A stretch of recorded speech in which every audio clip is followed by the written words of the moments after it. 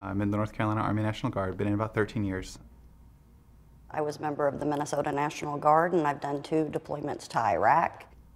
It's a whole different world if you've never been in the reserves. It's tough going from being a civilian 28 days out of the month and then going back to Army life for 2 days. You know, an everyday soldier to a weekend warrior. The transition was the hardest part. Well, as a National Guardsman, you initially get the warning order, which means that sometime in the future you're probably going to deploy. And we don't really know anything else up until very close to the deployment time. Most National Guard families really don't realize and don't think that their soldiers are going to actually get called up. On the weekends, we do carry our weapons, and there's a reason we do that.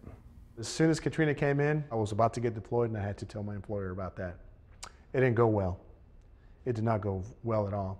You were in such a completely different environment. Forget about the threat and what can happen to you. Just they are 2 different worlds.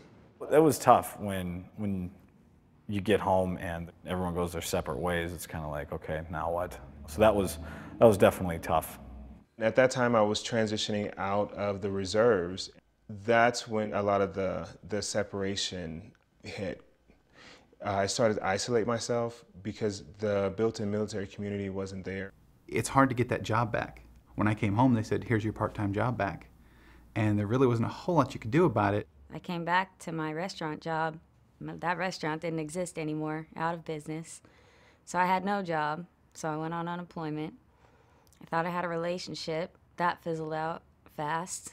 I sought out a civilian counselor and just worked through some of these issues. I was in that therapy for about a year, and it helped me with a lot of the coping skills, and it helped smooth a lot of that out. And I guess as a result of being able to kind of handle things better, good things started happening, and then therefore it kind of gave me a little bit more confidence to continue to do what I was doing.